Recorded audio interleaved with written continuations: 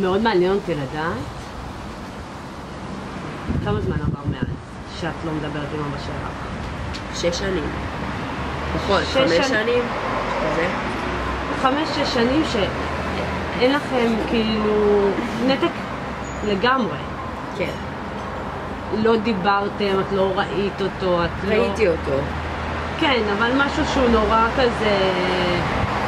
כן. סתמי. סתמי ולא סתמי, כי ראיתי אותו ובחרנו להתעלם. אז זה לא סתמי, לבחור להתעלם ממישהו שהוא דם שלך. האמת שאני נוטה פחות לזכור את הדברים הרעים. באמת? כן, בדיעבד. ברור שאני זוכרת גם את כל החוויות השליליות שהיו לי, וזו הסיבה גם שאני לא בקשר עם אבא שלי, אבל בסופו של דבר שאני מסתכלת על הבית הזה, ואני חושבת על סיטואציות שהיו לי פה בחצר הזאת, אז עולים לי דברים שמחים, חוויות שמחות. אני לא מרגישה איזשהו חוסר בחיים שלי, כי אף פעם לא הרגשתי שהוא היה דמות מאוד חזקה בחיים שלי, אז... אבל עדיין זה לדעת שיש לך אבא. כן, אבל זה לא האבא שהייתי רוצה לעצמי, הוא לא הבן אדם שהייתי רוצה שיהיה סביבי. ואני כבר בשלב בחיים שאני כן מרגישה שאני יכולה לבחור מה טוב לי ומה פחות, ומי האנשים שאני רוצה סביבי, ואין יותר להקיף את עצמי באנשים. לא, אני רוצה שיהיו סביבי אנשים נטו שעושים לי טוב. את לא מפחדת להגיע למצב שעוד 10-20 שנה תגידי, הייתי ילדה ופספסתי אולי איזשהו... יכול להיות שיש לך זיכרונות לא טובים, יכול להיות ש... זה לא רק זיכרונות, זה דברים שקרו לא מזמן, זה הצורת התנהלות שלו ביום יום, זה הצורה שבה הוא פוגע באמא שלי ביום יום, היום, כשהם כבר לא ביחד, זה הצורה שבה הוא מנסה לגרום לנו, להוציא אותנו מהבית, למרות שהוא יודע שזה אומר שלא יהיה לנו איפה לגור. ככה אבא לא מתנהג, ואני לא חושבת שאני רוצה בן אדם כזה בחיים שלי, ואני גם לא חושבת שאת היית רוצה בן אדם כזה בחיים שלך. את לומדת על עצמך את הטעויות שאמא שלך עשתה עם בחירת בן זוג? זה משהו שמשפיע עלייך? מאיזה בחינה?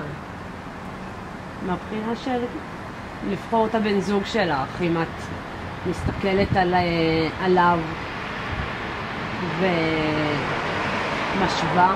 ברור שזה לא מישהו שהייתי בוחרת לחיות איתו, וגם אמרתי לה את זה המון שנים לפני שהם התגרשו.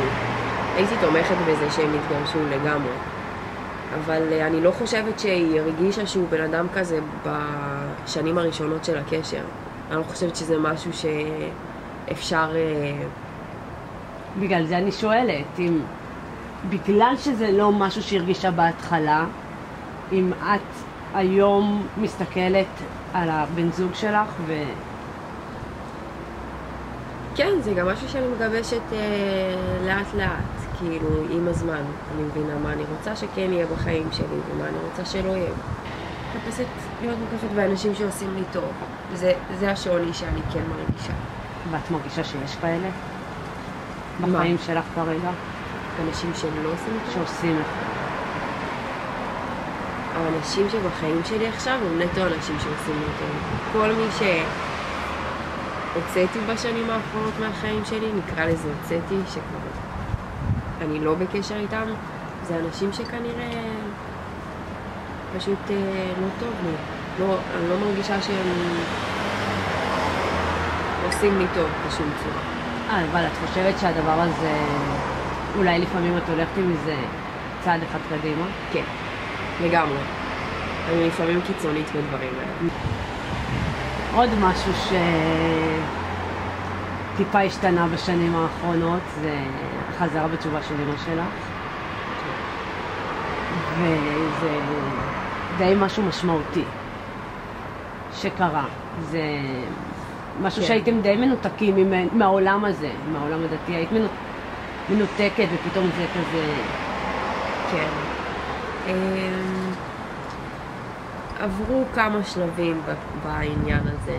בהתחלה היה לי נורא קשה, בקטע קצת התביישתי, כי זה לא הסביבה שאני מכירה, ופתאום אמא יוצאת עם חצאית לעיני חברים, וזה משהו שאני לא רגילה, וגם אף אחד מהחברים לא רגיל.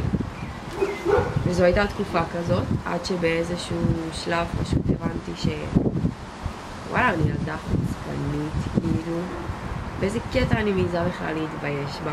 מתי זה היה השלב הזה? זאת אמא שלי.